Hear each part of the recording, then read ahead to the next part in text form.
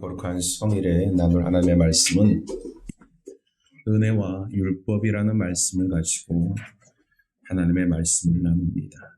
우리가 신앙의 삶을 살면서 참 헷갈려하는 부분들이 있습니다. 율법과 은혜가 무언가, 또 그 부분을 어떻게 구분할 수 있는가, 이것에 대하여 우리가 참 그것에 헷갈려하는 부분들이 있지요. 오늘 이 누가복음 15장을 통해 과연 은혜가 뭔지 또 율법이 뭔지를 우리가 분별할 수 있는 귀한 시간이 되어지길 원합니다. 우리가 봉독했던 말씀을 보게 되면 탕자에 대한 비유가 등장하게 되어지죠. 어떤 사람이 두 아들이 있습니다. 그런데 어느 날 이 둘째 아들이 그 아버지에게 찾아와 이야기를 하되, 아버지, 자기 유산 줄 것을 내게 미리 주세요라고 요청을 하게 되어집니다. 얼마나 떼를 쓰고 조르는지 어쩔 수 없이 그 아비가 둘째 아들에게 유산을 미리 내어줍니다. 그랬더니 이 둘째 아들이 그 유산을 가지고 먼 타국 땅으로 떠나가서 아버지의 간섭과 아버지의 손길이 닿지 않는 곳에 그가 자리를 잡고 그곳에서 허랑방탕한 세월을 보냅니다. 가지고 있는 재산을 다 탕진합니다. 그런데 때마침 그 나라에 흉년이 찾아오게 되어지고, 결국 그 흉년 속에서 먹을 것이 없어 고통하던 그가 직장을 굳게 구하게 되되 돼지 치는 일을 구하게 되어집니다. 그런데 돼지를 치는 그 일들 속에도 자기의 먹을 것조차 제대로 공급받지 못하게 되어지자 돼지가 먹는 주염 열매를 결국 먹게 되어지고, 그것을 먹다가 그만 토해내며 그 아버지의 집을 다시 기억하게끔 되어집니다. 그 말씀이 오늘 봉독했던 말씀 가운데 이전에 있는 15절의 말씀입니다. 자, 17절입니다. 한번 같이 봉독합니다. 17절 시작. 이에 스스로 돌이켜 이르되, 내 아버지에게는 양식이 풍족한 품꾼이 얼마나 많은가, 나는 여기서 줄여 죽는구나 라고 아버지를 떠올립니다. 허랑방탕하게 살 때는 아버지를 떠올리지 않았어요. 아니, 떠올리고 싶지도 않았어요. 내가 잘 되고 내가 즐겁고 내가 기쁠 때는 아버지 생각을 하기도 싫었고 아버지 생각이 나지도 않았어요. 그런데 모든 것을 다 잃어버리고 결국 그가 먹을 양식조차 없는 굶주림 속에, 그 고난 속에 아버지가 떠올리더라는 겁니다. 아버지 집에 품꾼들은 양식이 많아 줄이는 법이 없는데 나는 여기서 굶주려 죽게 되었구나. 차라리 여기서 굶주려 죽느니 아버지께로 돌아가서 아버지께 잘못을 구하고 회개하고 품꾼 중에 하나로 나를 받아달라고 요청해야 되겠구나 하고 마음을 먹고 그가 작정하여 아버지의 집으로 돌아오고자 합니다. 그 마음속에 얼마나 괴로웠겠습니까? 아버지가 안 받아주면 어떡하지? 아버지가 나를 쫓아내면 어떡하지? 품꾼이라도 나를 받아주면 좋을 텐데 많은 갈등 속에 아버지의 집으로 갑니다. 그런데 집에 돌아오는 이 둘째 아들을 아버지가 봅니다. 본 그 아버지는 달려갑니다. 그리고 그 아들을 품에 끌어안습니다. 그리고 입을 맞춥니다. 그러면서 그 아들에게 제일 좋은 옷을 내어주고 또 손가락째 가락지를 끼우고 신을 신기우며 살찐 송아지를 잡아 잔치를 벌리되, 너는 죽었다가 살아 돌아온 내 아들이다라고 하며 잔치를 벌리며 기뻐하더라는 겁니다. 이것이 바로 탕자에 대한 이야기입니다. 여러분, 탕자는 아버지의 유산을 가져다가 전부 허랑방탕하게 허비하고 말았습니다. 아버지와 그 아들의 관계를 깨트려버리고 그 부자지간의 관계와 그 정을 깨트려버리고 자기 욕심을 위하여, 자기의 즐거움을 위하여 살아간 삶이라는 것입니다. 탕자가 아버지를 떠나 먼 나라에 가서 살고 있을 때에 아버지는 늘 그를 기억하며 늘 그를 그리워하며 늘 그에 대하여 안타까워하였습니다. 그는 여러분, 어찌하던 자신의 아들 아닙니까? 잘나도 내 아들, 못나도 내 아들, 속색에도 내 아들, 효도해도 내 아들. 그게 바로 자식이라는 겁니다. 오늘 여러분, 효도하는 자식만 자식이고 불효하는 자식은 자식이 아닙니까? 순종하는 자식만 자식이고 불순종한 자식은 자식 아닙니까?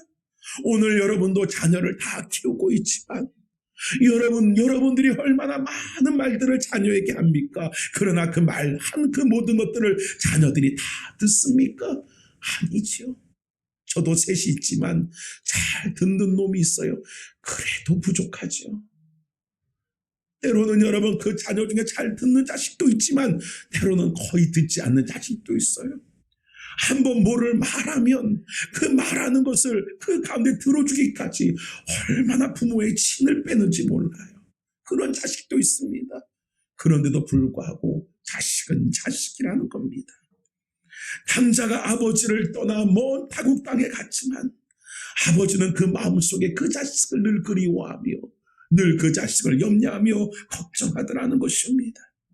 그런 과정 속에 결국 탕자가 돼지치기가 되어 비참하게 살다가 아버지의 종으로 있는 것이 더 낫겠다 생각하고 이제 아버지께 그가 돌아옵니다.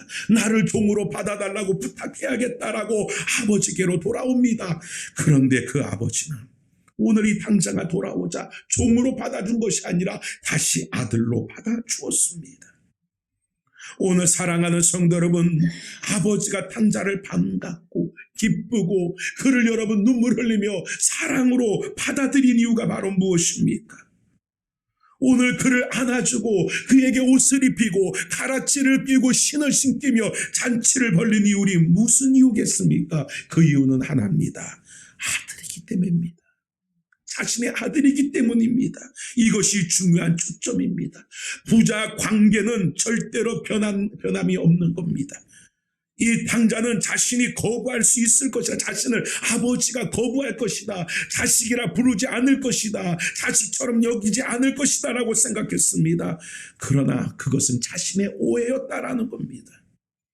오늘 아버지는 여러분 그 자식이 바로 자기의 아들이기 때문에 받아주고 사랑한 것뿐이라는 겁니다. 말 잘 들어서 받아준 게 아닙니다. 충성해서 순종해서 헌신해서 받아준 게 아닙니다. 못나도 내 아들이기 때문에 받아준 것입니다. 오늘 이것이 바로 무엇이냐? 관계성이라는 겁니다. 하나님께서 여러분 우리의 삶을 통해서 네가 나를 어떻게 섬기느냐, 네가 나에게 어떻게 충성하느냐, 네가 나에게 어떻게 헌신하느냐, 네가 어떻게 나에게 봉사하느냐, 이것을 중요하게 보시는 하나님이 아니라 바로 관계성을 중요시 여기는 하나님이라는 겁니다. 내가 부족한 잘 알지라도, 내가 연약한 잘 알지라도 우리를 양자 삼으셔서 우리를 아들이라 일컬어 주시는 그 하나님이 내 아버지가 되어지시고 나는 그의 아들이 되기 때문에 그 관계성을 보시는 것이지 우리의 행위성을 보는 것이 아니라는 것입니다. 하나님이 우리를 받아주시고 우리를 사랑하는 것은 우리의 행위 때문에 우리를 받아주시고 우리를 사랑하는 것이 아니라는 겁니다. 우리의 관계성 때문에, 바로 너는 내 아들이다, 이 관계성 때문에 우리를 참아주시고 우리를 이해해 주시고 우리를 용서해 주시는 것이지 우리의 행위로 우리를 받아주는 것은 아니라는 겁니다.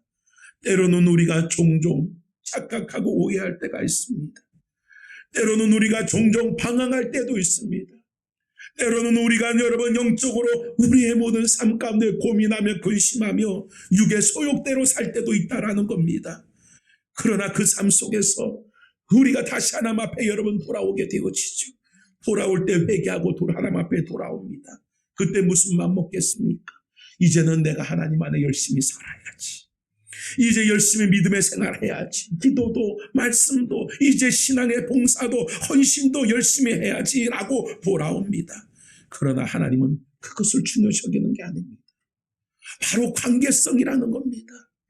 아버지의 자식으로 다시 돌아오는 그 모습을 중요시 여긴다라는 겁니다. 하나님의 사랑은 우리의 행위와 여러분 그 가운데 중요한 것이 아니라는 거예요. 오늘 우리의 행위에 하나님의 사랑이 달려있는 것이 아니라는 것입니다. 하나님의 자녀이기 때문에 무조건 받아주시는 것입니다. 이게 은혜라는 겁니다. 이게 은혜예요. 부모는 여러분 그 자식이 속을 새겨도 무조건 받아줍니다.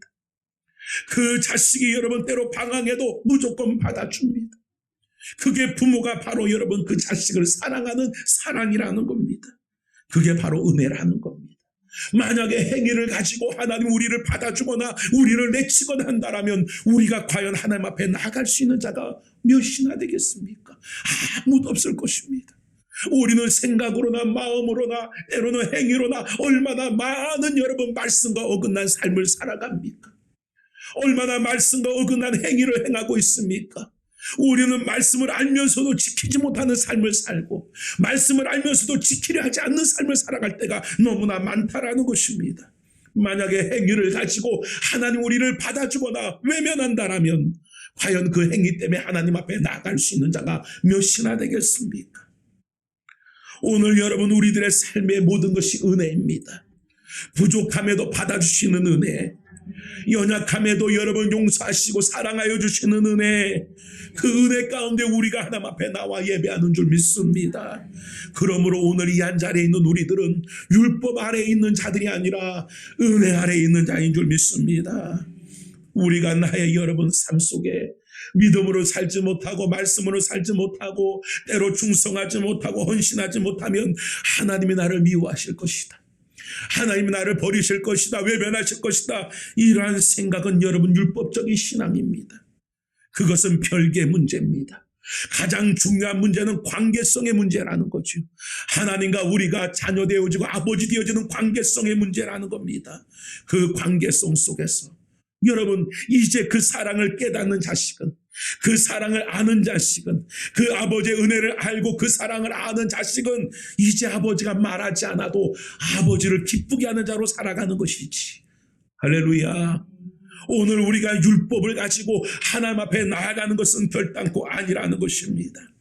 오늘 우리들의 삶 가운데 중요한 게 뭡니까? 관계성이라는 것은 마음이라는 겁니다. 오늘 하나님과 우리의 관계성에서 가장 중요한 게 뭐라고요? 마음이라는 겁니다. 마음이 없는 것들은 전부 여러분 가식이고 외식적인 것에 불과하다라는 겁니다. 마음이 담긴 것이 중요하다라는 것이죠. 작은 선물이라 할지라도 마음이 담긴 선물은 그 사람을 기쁘게 합니다. 그러나 아무리 큰 선물이라 할지라도 마음이 담기지 않은 것들은 그것에 여러분 기쁨과 감격을 느끼지 못하게 하더라는 것입니다. 오늘 우리들의 삶 가운데 봉사가 중요한 것이 아닙니다. 헌신이 중요하고 예배가 중요한 것이 아닙니다. 뭐가 중요합니까? 마음이 중요하다라는 겁니다. 마음 없는 예배, 마음 없는 헌신, 마음 없는 기도, 마음 없는 신앙, 이것이야말로 하나님이 기뻐하지 않는 행위일 뿐이라는 겁니다. 오늘 우리의 관계가, 하나님과의 나의 관계가 바로 어떠한 관계인가를 알 때 나를 사랑하여서 용납하시고 용서하시고 나같이 더러운 자를 주의 아들 그리스도의 피로 씻으셔서 우리를 거룩히 하시고 품어주신 그 사랑을 깨달아서 이제는 그 관계성 안에 내가 하나님을 기쁘게 하며 하나님을 영화롭게 하고자 하는 마음이 담긴 예배와 마음이 담긴 봉사와 마음이 담긴 신앙의 삶을 살아가는 은혜가 우리 안에 임하여지는 축복이 있기를 주의 이름으로 축원을 드립니다. 하나님이 우리를 받아주시는 것은 우리의 무슨 행위나 무슨 조건 때문이 아니라 우리가 자녀됨임을 잊어서는 안 됩니다.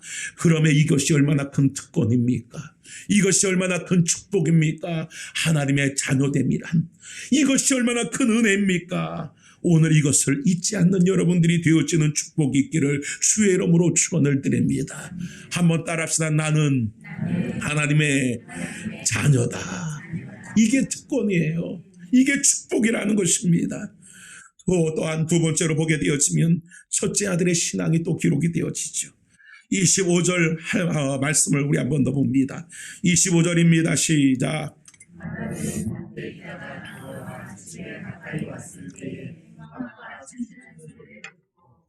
자, 맏아들이 여러분 25절에 보면 밭에 가서 일하다가 돌아옵니다. 그런데 돌아오는데 자신의 집에서 무슨 소리가 들립니까? 그렇죠. 풍악의 소리가 들립니다. 25절에 보게 되어지면 춤추는 그 모습을 그 가운데 보게 되어집니다. 그러자 그 아들이 종을 부릅니다. 야, 집에 무슨 일 있냐? 라고 묻습니다. 그러자 종이 말하기를 집을 떠났던 둘째 아들인 이 탕자가 돌아왔다라는 겁니다. 당신의 동생이 돌아왔다라는 겁니다. 그 동생이 돌아와서 아버지가 너무너무 기뻐서 행복해서 살찐 송아지를 잡고 이렇게 잔치를 벌였다라고 말합니다. 그런데 여기서 이제 첫째 아들의 신앙이 어떤 신앙인가 드러나게끔 되어집니다. 자, 잔치가 벌어집니다. 왜 벌어졌습니까? 집 나갔던 둘째 아들이 돌아와서 잔치가 벌어졌습니다. 그렇다면 형 또한 그 동생이 여러분 나가 있을 그동안 무슨 생각을 합니까? 어디 가서 잘 살고 있는지, 다치진 않는지, 아프진 않는지, 어디 가서 무슨 일을 당하지 않았는지 걱정했을 겁니다. 그런데 그 동생이 돌아왔다 하니까 반가워서 그 동생에게 다가가서 동생아 잘 있다 왔냐 하면 맞아줘야 될 그 형이 오히려 이것을 인하여서 그 가운데 어찌합니까? 분노하게끔 되어지는 모습을 보게끔 되어지더라는 겁니다. 종이 당신의 동생이 돌아왔다, 아버지가 기뻐서 이렇게 잔치하고 있다 라고 여러분 이야기합니다. 종을 통해서 아버지의 뜻을 알았습니다. 종을 통해서 아버지의 의도를 알았습니다. 마음을 알았습니다. 그런데 놀랍게도 첫째 아들은 아버지의 뜻과 너무 다릅니다. 아버지의 의도와 너무 다릅니다. 아버지의 생각과 마음과 너무 다른 생각과 마음과 뜻을 이 첫 맏아들이 품고 있다라는 겁니다. 이 말은 결국 뭡니까? 오늘 이 맏아들은 항상 아버지와 몸은 함께 있었지만 마음과 생각과 뜻은 다른 삶을 살고 있었다라는 것입니다. 이게 여러분 안타까운 것 아닙니까? 아버지랑 살고 있는데 뜻이 달라요. 생각이 달라요. 마음이 달라요. 그러니 그 삶이 얼마나 고통스러운 삶이겠습니까? 여러분, 부모와 살 때에 마음이 같고 뜻이 같고 생각이 같으면 얼마나 그 삶이 행복한 가정이요 부자지간이겠습니까? 부부도 마찬가지입니다. 한 이불을 덮고 삽니다. 한 여러분 방에서 삽니다. 그런데 그 살 때에 여러분 방이 넓든 적든 마음이 같고 뜻이 같고 생각이 같으면 그 부부가 얼마나 행복하겠습니까? 때로는 대화가 넘쳐서 그 대화 속에서 잠을 이루지 못할 때도 있을 겁니다. 그런데 생각이 다르고 뜻이 다르고 마음이 달라 봐요. 어찌합니까? 대화가 되지 않습니다. 대화를 할 수 없습니다. 대화만 하면 서로 마음이 상합니다. 대화만 하면 서로 감정만 여러분 그 가운데 골만 파일 뿐이라는 겁니다. 그러신 부부들 아멘. 그게 여러분 안타까운 것이죠. 오늘 여러분 그 삶을 살아갈 때 행복하지 않은 신앙도 똑같은 겁니다. 교회 생활도 똑같은 겁니다. 하나님 아버지의 마음을 알고 생각을 알고 뜻을 알고 신앙의 삶을 살면 그 신앙이 행복합니다. 그 신앙이 기쁩니다. 마스크를 막았다고 입을 막은 것이 아닙니다. 왜 아멘이 없습니까?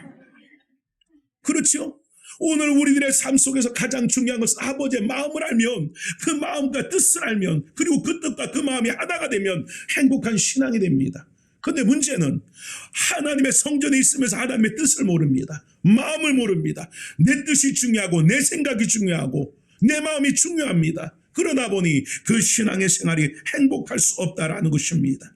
아버지와의 교제가 끊어진 신앙의 삶을 오늘날 살아가는 삶들이 얼마나 많습니까? 하나님 아버지와 인격적인 관계와 교제가 없는 상태 속에서 그냥 형식적인 습관적인 신앙의 삶, 교회의 삶을 살아가는 무리들이 오늘날 이 시대도 너무나 많다라는 겁니다. 그렇게 되어지자 아버지의 생각과 다르고 뜻과 다르고 마음과 다르니 어떤 일이 벌어지느냐? 28절을 같이 봉독합니다. 28절입니다. 시작.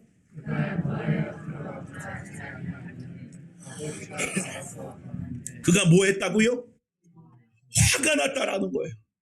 왜 화가 났느냐? 그 동생을 위하여 잔치를 베풀어준 그 아버지의 행위에 대하여 그 사랑에 대하여 분노하고 있다라는 것입니다. 생각해 보세요. 잔치 자리는 뭐 하는 자리입니까? 기뻐하는 자리입니다. 즐거워하는 자리입니다. 춤추는 자리입니다. 행복한 자리입니다. 할렐루야. 흥을 여러분 돋구는 자리입니다. 그런데 오늘 이 맏아들은 첫아들은 못하느냐? 흥을 깨버립니다. 그 잔치에 찬물을 꼈습니다. 무엇하고 있어요? 그 기쁨을 없이 하되 분노로 그 기쁨을 망가뜨리고 있는 자가 첫아들이라는 겁니다. 오히려 아버지가 와서 그 아들을 다독입니다. 그러면서 잔치 함께 참여하자고, 잔치 함께 같이 그 가운데 같이 먹고 마시며 즐거워하자고 라고 합니다. 그런데도 이 맏아들은 들어가지 않습니다. 밖에 서서 항의를 합니다. 그가 데모를 하듯이 그 아버지에게 항의를 합니다. 집 밖에 진을 치고 앉아서 그 아버지를 대적하고 있다라는 것입니다. 오늘 이 행동들은 아버지가 집 안에서 밖으로 나와 큰 아들을 권하며 들어가자 하는데도 버티고, 그가 여러분 자기의 고집과 뜻을 주장하고 있는 아주 잘못된 행위를 보이고 있다라는 것입니다. 아버지의 마음이 얼마나 상했겠습니까? 너도 내 마음과 같아. 이 잔치에 함께 기쁨을 나누면 좋겠는데, 너도 내 뜻을 하라. 이 잔치에 함께 이 행복을 나눴으면 좋겠는데, 왜 너는 거기서 네 뜻을 주장하며 고집을 피느냐 하며 여러분, 그 아버지의 마음이 얼마나 상했겠습니까?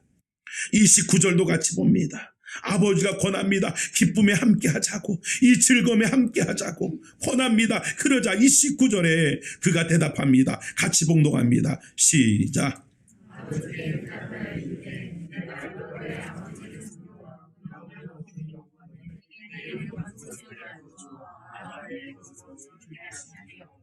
자, 여기서 보면 자신이 분노하는 이유에 대하여 세 가지를 주장하고 있습니다.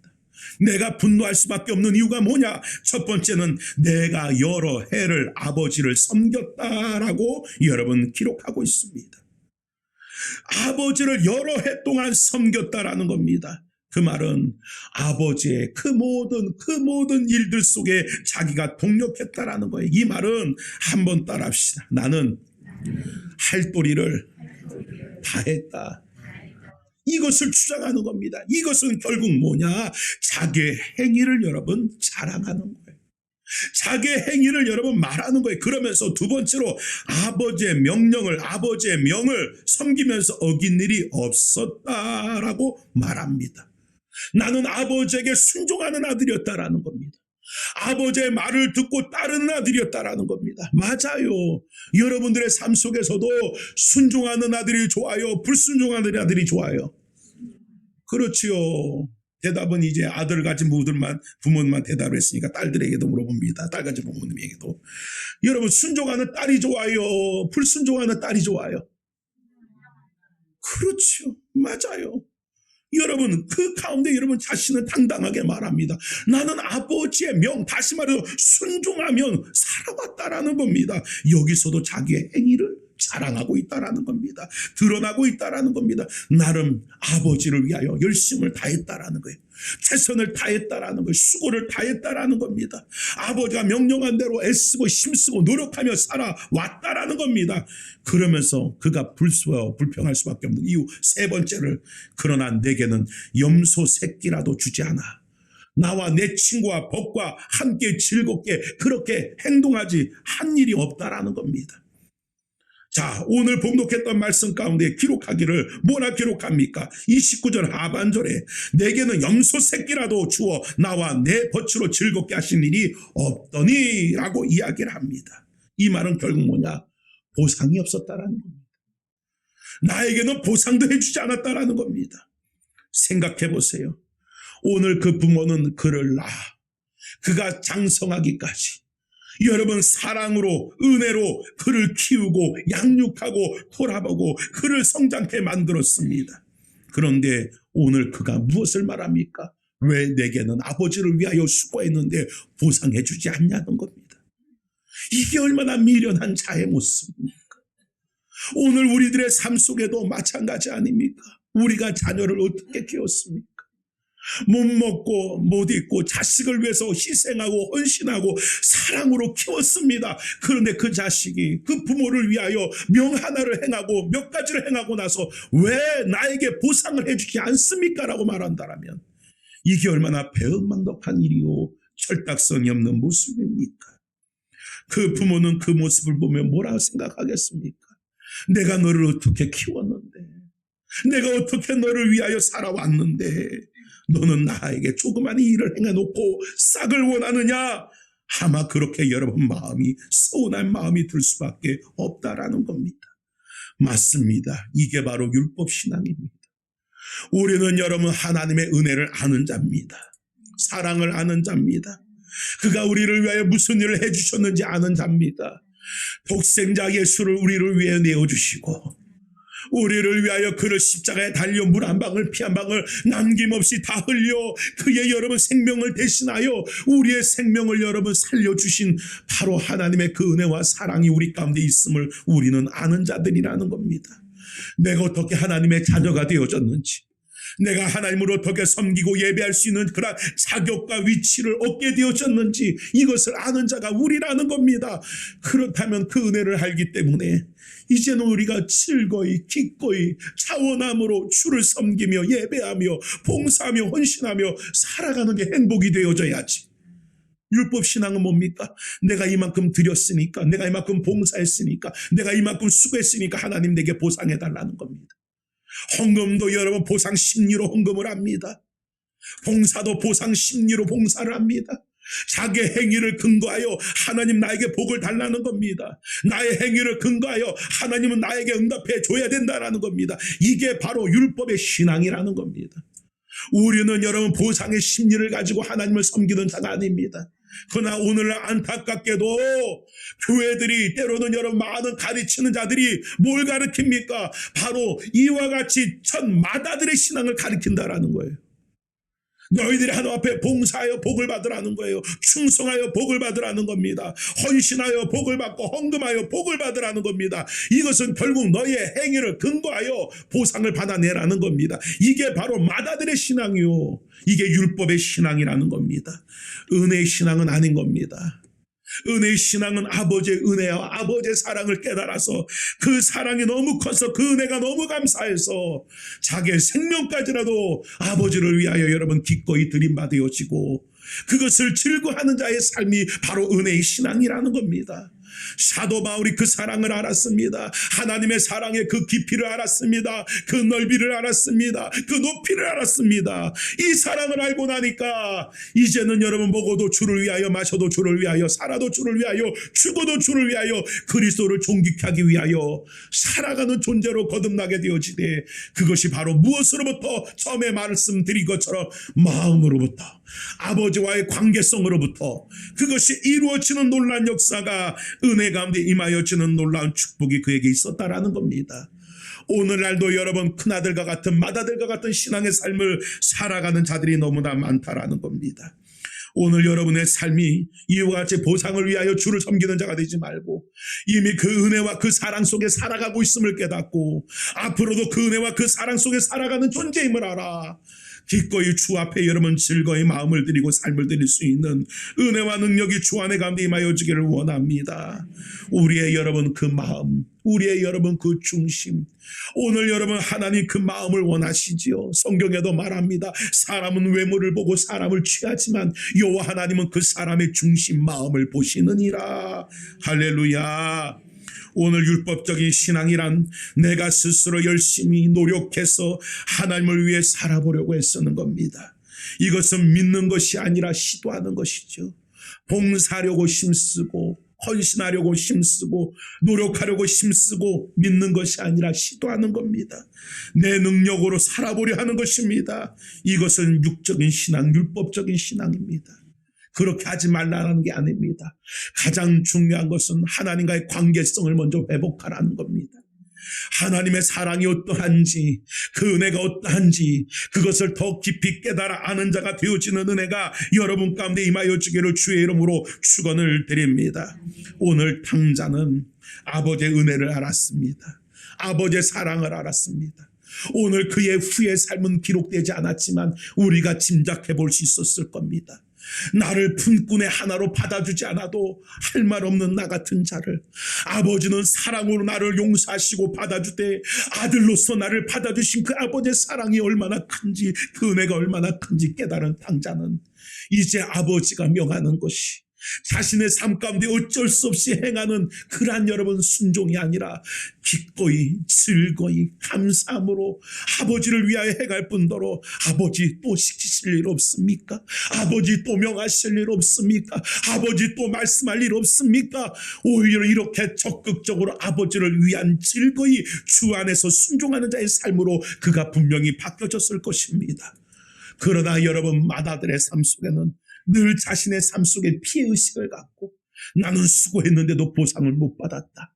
나는 정성을 다했는데도 보상을 못 받았다. 나는 충성을 다했는데도 보상을 받지 못했다라는 이 자격지심에 그 삶이 아버지를 위한 삶이 피곤할 것이고 지칠 것이고 마음이 상할 것이고 귀찮을 것이고 외면하고 싶었을 것입니다.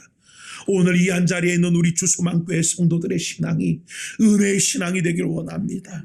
아버지의 사랑이 어떠한가를 깨달으니 이제는 아버지의 말씀을 지키는 게 즐겁고 말씀 따라 사는 게 즐겁고 그 말씀 안에서 더 살고자 하나님 안에서 여러분 기뻐하며 행할 수 있는 은혜의 신앙이 되기를 원합니다. 이게 되지 않고 율법의 신앙이 되어지면 우리가 아버지의 눈치를 보고 행하긴 행하지만 마음 없이 행하며 지칠 뿐입니다. 그 삶 가운데 괴로울 뿐입니다. 힘들 뿐입니다. 즐겁지 않을 뿐이라는 겁니다. 우리가 잘 알다시피 예배당 밖에 있는 당자보다 예배당 안에 있는 처자들이 더 심각한 문제를 갖고 있는 것처럼 성경 속에 예수님 당시의 세리와 바리새인의 모습이 이와 같다라는 겁니다. 세리는 성전 밖에 있었습니다. 성전 안에 들어갈 수 없는 죄인입니다. 바리새인들은 늘 성전을 출입하며 살아가는 존재들입니다. 그런데 예수께서 여러분 구원이 누구에게 임하였느냐? 바로 응답이 누구에게 임하였느냐? 세리에게 임하였다라고 말씀합니다. 왜 그렇습니까? 오늘 바리새인들은 자기의 행위를 근거하고 살아가는 자들입니다. 자기의 행위를 근거하여 하나님께 나아가는 자입니다. 그러나 여러분 탕자와 같이 세리는 죄인이기에 자기의 행위로 하나님 앞에 나아갈 수 없어. 나는 죄인입니다. 하나님 앞에 눈물 흘리는 자입니다. 그때 바로 그들에게 누가 구원으로 다가오십니까?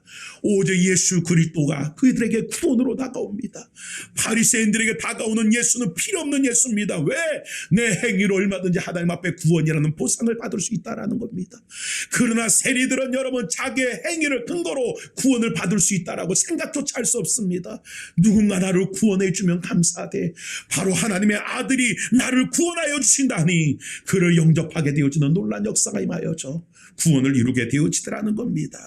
사랑하는 성도 여러분, 오늘 우리의 행위는 어떠한 여러분 그 가운데 결과를 이루는 행위가 아닙니다. 이미 이루어놓으신 결과로 인한 행위라고 늘 제가 가르치고 말하지 않습니까? 구원을 이루신 하나님의 은혜에 감사해서 그 은혜 여러분 그 가운데 즐거워해서 하나님 앞에 여러분 드려짐이라는 거예요. 제가 여러분 설교할 때마다 예전에는 원고를 들고 설교를 하지요. 그런데 이전에 우리 김석관 집사님이 한 6년 전인가요? 제 생일날 이 탭을 선물해 주셨어요. 이 탭을 누구니 이제는 종이를 다 들고 다닐 필요도 없고 또 그것을 여러분 쓰고 또 저것을 저장할 필요도 없어서 편하게 사용합니다. 그런데 어느 날 이것이 갑자기 여러분 설교하고 나더니 중간에 딱 꺼져 버렸어요. 6년을 쓰다 보니 배터리가 여러분 다 단 겁니다. 그래서 싹 꺼져 버렸어요. 그래서 그 얘기를 하고서 났는데 집회 가면서도 사실 걱정이었어요. 집회 가서 물론 머릿속에 여러분 있긴 있지만 그래도 여러분 이것이 필요해요. 그래서 이것을 가져가는데 거기 가서 켜지지 않으면 어떡할까 라고 생각을 하면서 갔어요. 근데 다행히 그 뒤로부터 아무것도 걱정 없이 정상적으로 돌아왔어요. 그래서 잘 쓰고 있습니다. 근데 집회가 있는데 애들한테 전화가 왔어요. 뭐라고 전화 왔냐면은 이렇게 말합니다. 지들끼리 돈을 걷었대요. 자기들끼리 돈을 걷었대요. 7만 원씩을 걷었대요.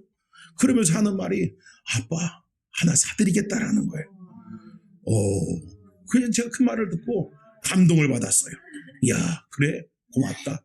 그런데 그걸 받기가 제가 마음이 편하지가 않아. 왜? 자식들과 받기가 그 부모가 마음이 편하지 않죠. 그 얘기했어요. 마음만 받을게. 그러니까 우리 애들이 말해요. 아빠 그렇게 우리들이 효도하는 게 아무 때나 그것이 오는 게 아니라는 겁니다. 날마다 오는 게 아니라는 거예요. 그러니까 기회가 있을 때 효도를 받으시라는 거예요. 그래서 제가 받았다 진짜 이미 충분히 받았다 마음으로 먹고 여기고 그리고 나서 됐다. 니들 필요한 것들 있을 텐데 니들 필요한 거 써라 라고 했습니다. 그리고 나서 돌아보니까 내 마음이 너무 뿌듯한 거예요. 너무 즐거운 겁니다. 왜? 내가 그 아이들에게 강제로 뜯어낸 게 아니거든요. 강제로 뺏어낸 게 아니거든요. 그 아이들도 나에게 행하는 것들이 내가 아버지께 이것을 하면은 우리 아버지 앞에 7만 원을 씹으면 우리 아버지가 나한테 70만 원어치를 줄 거야. 이런 여러분 설계나 의도를 갖고 분명히 하지 않은 것을 제가 압니다. 그렇기 때문에 그 마음을 알기 때문에 기쁜 거예요. 바로 하나님은 저도 똑같다라고 생각합니다. 아버지의 마음을 알고 아버지의 뜻을 알고 아버지를 위하고자 하는 그 마음이 있으면 아버지가 기쁘게 받으십니다. 때로는 마음만 받으셔요. 왜냐? 아버지는요 우리보다 더 잘 사시기 때문에. 할렐루야. 아버지는요 우리보다 더 나은 분이시기 때문에. 저도 그랬어요. 야, 내가 그래도 니들보다 낫다. 니들이 그 20몇만 원 모은 거 아빠가 없었겠냐? 그래서 마음만 받을게 라고 말했습니다. 그런데 만약에 그 아이들이 아빠 7만 원씩 걷어서 우리가 37에 21만 원 모았으니까 아빠가 나중에 한 60만 원 정도로 되돌려 주세요 한다라면 그것을 여러분 받을 때 받겠습니까? 안 받겠습니까? 제가 그랬습니다. 꺼져. 그랬을 겁니다 아마.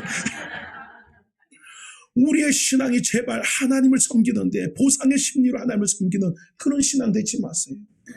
오늘 하나님 안에서 은혜의 신앙이 되어져서 우리를 위하여 기꺼이 아들을 내어주신 하나님, 나를 위하여 기꺼이 자신의 생명을 주신 예수님, 오늘 그 은혜를 알고 그 사랑을 알기에 우리도 기꺼이 즐거이 내 삶을 드리고 내 시간을 드리고 내 여러분 모든 것을 기꺼이 드릴 수 있는 바로 이런 관계성의 은혜의 여러분 신앙이 주 안에 가운데 되어지길 원합니다.